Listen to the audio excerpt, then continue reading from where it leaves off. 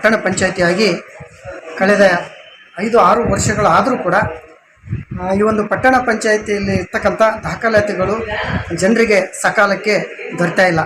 So ಉದಾಹರಣೆಗೆ ಹೇಳಬೇಕಂದ್ರೆ ಪಟ್ಟಣ ಪಂಚಾಯಿತಿಯ ನಿವೇಶನಗಳನ್ನು ಖರೀದಿ ಮಾಡಲು ಹಾಗೂ ಮಾರಾಟ ಮಾಡಲು ಹಾಗೂ ಅದಕ್ಕೆ ಸಂಬಂಧಪಟ್ಟಂಥ ಖಾತಾ ಉತ್ತರ ಹಾಗೂ ಮ್ಯೂಟೇಷನ್ ಕಾಪಿ ಸೇರಿದಂತೆ ವಿವಿಧ ಪ್ರಮಾಣ ಪತ್ರಗಳನ್ನು ಪಡೆಯಲು ಪಟ್ಟಣ ಪಂಚಾಯಿತಿಗೆ ಸಾರ್ವಜನಿಕರು ನಿತ್ಯ ಅಲಿಯುತ್ತಾರೆ.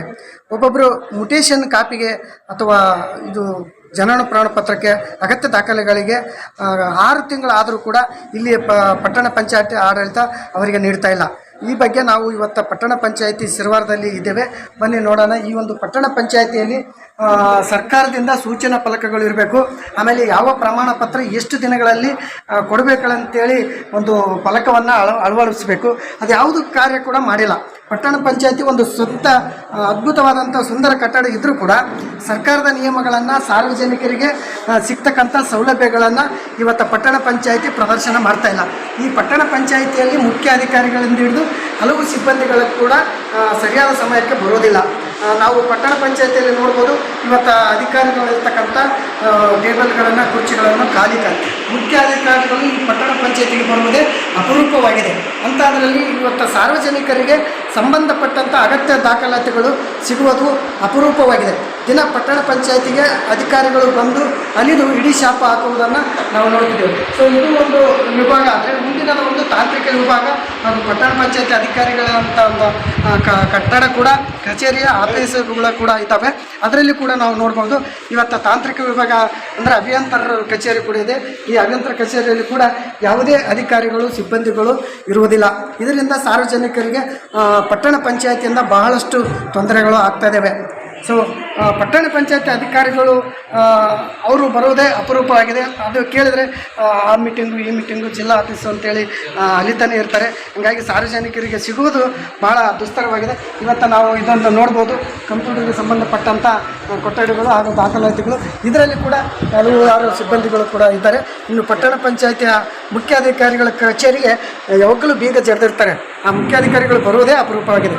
ಸೊ ಬನ್ನಿ, ಪಟ್ಟಣ ಪಂಚಾಯಿತಿಯ ಕಚೇರಿ ಒಳಗಡೆ ಇದ್ದೇವೆ. ಇಲ್ಲಿ ನೋಡ್ಬೋದು ಕೆಲವು ಕಂಪ್ಯೂಟರ್ ಆಪರೇಟರ್ಗಳು, ಕೆಲವು ಅಧಿಕಾರಿಗಳು ಇದ್ದಾರೆ. ಅದು ಬಿಟ್ಟರೆ ಕಾಯಂ ಅಧಿಕಾರಿಗಳು, ಕಾಯಂ ಸಿಬ್ಬಂದಿಗಳದ್ದು ಒಂದು ಮಾಹಿತಿ ಇಲ್ಲ. ಯಾವ ದಾಖಲಾತಿಗೆ ಯಾವ ಅಧಿಕಾರಿಗಳನ್ನು ಭೇಟಿ ಆಗಬೇಕಂತೇಳಿ ಒಂದು ಪ್ರದರ್ಶನ ಕೂಡ ಇಲ್ಲ. ಇದರಿಂದ ಸಾರ್ವಜನಿಕರಿಗೆ ತುಂಬ ಗೊಂದಲ ಕೂಡ ಉಂಟಾಗ್ತದೆ. ಇನ್ನು ನಾವು ಪಟ್ಟಣ ಪಂಚಾಯಿತಿಯ ಮುಖ್ಯ ಅಧಿಕಾರಿಗಳ ಕಚೇರಿ ಕೂಡ ನೋಡ್ಬೋದು. ಬನ್ನಿ, ಮುಖ್ಯ ಅಧಿಕಾರಿಗಳ ಕಚೇರಿ, ಆ ಒಂದು ಕಚೇರಿ ಯಾವ ರೀತಿಯಾಗಿ ಇದೆ ಅಂತೇಳಿ. ಸೊ ಈಗ ತಾನೇ ಕಚೇರಿಯನ್ನು ತೆಗೆದಿದ್ದಾರೆ. ಸುಮಾರು 7 ವರ್ಷ ಕಳೆದಿದ್ರು ಸಿರವಾರ ಪಟ್ಟಣದ ನಿವಾಸಿಗಳಿಗೆ ಇದುವರೆಗೂ ಖಾತಾ ಉತ್ತರ ಆಗಿರ್ಬೋದು, ಮ್ಯೂಟೇಷನ್ ಆಗಿರ್ಬೋದು, ಅದೇ ರೀತಿಯಾಗಿ ಜನನ ಮರಣ ಪತ್ರವನ್ನ ಯಾವುದೇ ಅಧಿಕಾರಿಗಳು ಈ ಜನರಿಗೆ ತಲುಪಿಸ್ತಾ ಇಲ್ಲ ಸರಿಯಾದ ಟೈಮಿಗೆ. ಅದೇ ರೀತಿಯಾಗಿ ಸುಮಾರು ವರ್ಷಗಳಿಂದ ಜನರು ಕೇಳ್ತಾ ಇದ್ರು, ಏನು ಯಾವ್ಯಾವ ಅಧಿಕಾರಿಗಳು ಯಾವ್ಯಾವ ವರ್ಗಕ್ಕೆ ಬರ್ತಾರ ಅಂತೇಳಿ ಕೇಳ್ತಿದ್ರು ಕೂಡ ಯಾವುದು ಇದುವರೆಗೂ ಮಾಹಿತಿ ಇರಲಾರ್ದೇ ಜನರು ಪರದಾಡುವಂಥ ಪರಿಸ್ಥಿತಿ ಆಗ್ಯದ. ಇವತ್ತು ನಾವು ನಮ್ಮ ಕರ್ನಾಟಕ ರಕ್ಷಣಾ ವೇದಿಕೆ ಕಡೆಯಿಂದ ಮಾನ್ಯ PD ಅವರಿಗೆ, ಹೈಯರ್ ಅಧಿಕಾರಿಗಳಿಗೆ ನಾವು ಮನವಿ ಪತ್ರ ಕೊಟ್ಟು ಮುಂದಿನ ದಿನಗಳಲ್ಲಿ ಇಲ್ಲಿ ಸಂಬಂಧಪಟ್ಟಂತ ನಾಮಫಲಕ ಆಗಿರ್ಬೋದು, ಯಾವ್ದ್ಯಾವುದಕ್ಕೆ ಏನೆಲ್ಲ ಅಧಿಕಾರಿಗಳು ಇರ್ತಾರ, ಆಮೇಲೆ ಎಷ್ಟೆಷ್ಟು ಒಂದು ಮ್ಯೂಟೇಷನ್ಗೆ ಆಗಿರ್ಬೋದು, ಅದೇ ರೀತಿಯಾಗಿ ಜನನ ಮರಣ ಪತ್ರಕ ಯಾವ ರೀತಿ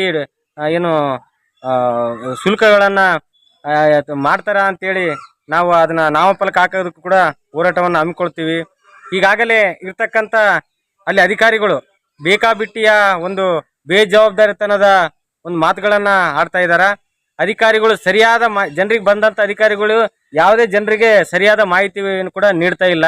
ಹಾಗಾಗಿ ಮುಂದಿನ ದಿನಗಳಲ್ಲಿ ನಮ್ಮ ಕರ್ನಾಟಕ ರಕ್ಷಣಾ ವೇದಿಕೆ ಕಡೆಯಿಂದ ಉಗ್ರವಾದ ಹೋರಾಟವನ್ನ ನಾವು ಹಮ್ಮಿಕೊಳ್ತಾ ಇದ್ದೀವಿ.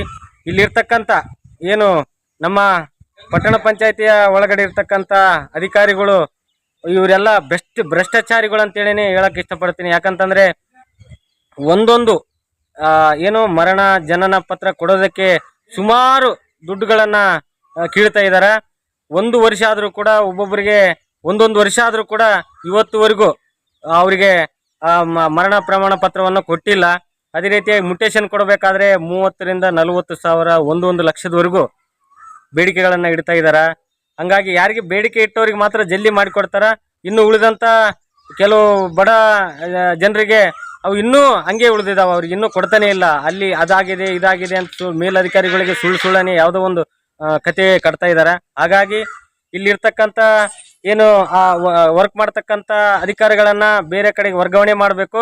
ಇಲ್ಲಾಂತಂದ್ರೆ ಬೇರೆ ಬೇರೆ ಹೊಸ ಅಧಿಕಾರಿಗಳನ್ನ ತಂದು ಇಲ್ಲಿ ನೇಮಕ ಮಾಡಿ ಜನರಿಗೆ ಒಳ್ಳೆ ಆಡಳಿತ ನೀಡ್ಬೇಕಂತೇಳಿ ಈ ಸಂದರ್ಭದಲ್ಲಿ ಕೇಳ್ಕೊಳ್ತಾ ಇದ್ವಿ. ಇನ್ನೊಂದು ವಿಚಾರ ಏನಂತಂದ್ರೆ ಸಿರುವರ್ ಅಭಿವೃದ್ಧಿಯ ಒಂದು ವಿಚಾರವಾಗಿ ಬೀದಿ ದೀಪಗಳಾಗಿರ್ಬೋದು, ಚರಂಡಿ ವ್ಯವಸ್ಥೆ ಆಗಿರ್ಬೋದು, ಇವ್ರನ್ನೆಲ್ಲ ಕೇಳಿದಾಗ ಅವ್ರು ಒಂದು ಉಡಾಪೆ ಉತ್ತರ ಹೇಳ್ತಾರ. ನಮ್ಮ ಮಾನ್ಯ ಯಾರು ಮುಖ್ಯಾಧಿಕಾರಿಗಳಾದಂತ ತಿಮ್ಮಪ್ಪ ಜಗಲಿ ಅವರು ಏನಂತಂದ್ರೆ, ಬೀದಿ ದೀಪಗಳನ್ನ ಅಳವಡಿಸ್ರಿ, ಲೈಟ್ ಎಲ್ಲ ಹೋಗಿದಾವ, ಕಳ್ಳತನಗಳು ಆಗ್ತಾ ಇದಾವ ಅಂತ ಕೇಳಿದಾಗ ನಾವು ಅದು ವೈರ್ ಹುಡುಕ್ತಾ ಇದೀವಿ, ವೈರ್ ಸಿಗ್ತಾ ಇಲ್ಲ ಅಂತೇಳಿ ಉಡಾಪೆ ಮಾತುಗಳನ್ನ ಆಡ್ತಾ ಇದಾರ. ನಾವು ಅವ್ರಿಗೆ ಒಂದೇ ಒಂದು ಕೇಳ್ತಾ ಇದೀನಿ, ಸುಮಾರು ವರ್ಷಗಳಿಂದ ನೀವು ಇಲ್ಲಿ ವರ್ಕ್ ಮಾಡ್ತಾನೆ ಇದೀರಿ, ಯಾವ್ಯಾವುದು ಎಲ್ಲೆಲ್ಲಿದೆ ಅನ್ನೋದನ್ನೆಲ್ಲ ನಿಮ್ಗೆ ಗೊತ್ತಿದ್ದಂತದೆ. ಹಂಗಾಗಿ ನೀವು ಅಭಿವೃದ್ಧಿ ಕೆಲಸಗಳನ್ನ ಮಾಡದೆ ಏನೋ ನಿಮ್ಮ ಸ್ವಾರ್ಥಕ್ಕಾಗಿ ನೀವು ಏನೋ ಕೆಲಸಗಳನ್ನ ಮಾಡ್ತಾ ಇದ್ರಲ್ಲ, ಅದು ಸರಿಯಲ್ಲ. ಇದೇ ರೀತಿ ಮುಂದುವರೆದ್ರೆ ನಮ್ಮ ಸಂಘಟನೆ ಕಡೆಯಿಂದ ನಿಮ್ಮನ್ನೆಲ್ಲರನ್ನು ಏನು ಅಮಾನತು ಮಾಡ್ಬೇಕಂತೇಳಿ ಹೋರಾಟನ ಹಮ್ಮಿಕೊಳ್ಬೇಕಾಗ್ತದೆ ಅಂತೇಳಿ ಎಚ್ಚರಿಸ್ತಾ ಇದ್ದೀನಿ. ಇದ್ರೆ ಈಗಾಗಲೇ ಪಿ ಡಿ ಅವರಿಗೆ ಫೋನ್ ಮುಖಾಂತರ ಮಾತಾಡಿದ್ದಾಗ್ಯದ. ಅವ್ರಿಗೊಂದು ಲೆಟರ್ ಕೊಟ್ಟು ಮುಂದಿನ ದಿನಗಳಲ್ಲಿ ಸಂಬಂಧಪಟ್ಟ ಮುಖ್ಯಾಧಿಕಾರಿ ಆಗಿರ್ಬೋದು, ಅಲ್ಲಿ ಕೆಲಸ ಮಾಡ್ತಕ್ಕಂತ ಅಧಿಕಾರಿಗಳಾಗಿರ್ಬೋದು, ಅವ್ರು ಎಲ್ಲರನ್ನ ಅಮಾನತು ಮಾಡಕ್ಕೆ ನಾವು ಉಗ್ರವಾದ ಹೋರಾಟ ಸತ್ಯಾಗ್ರಹವನ್ನ ನಮ್ಮ ಸಂಘಟನೆ ಕಡೆಯಿಂದ ಹಮ್ಮಿಕೊಳ್ತಾ ಇದೀವಿ ಅಂತೇಳಿ ಎಚ್ಚರಿಕೆ ನೀಡ್ತಾ ಇದೀವಿ. ರಾಘವೇಂದ್ರ ಕಾಜಿನಗೌಡ, ಸಿರುವಾರ್ ತಾಲೂಕು ಅಧ್ಯಕ್ಷರು.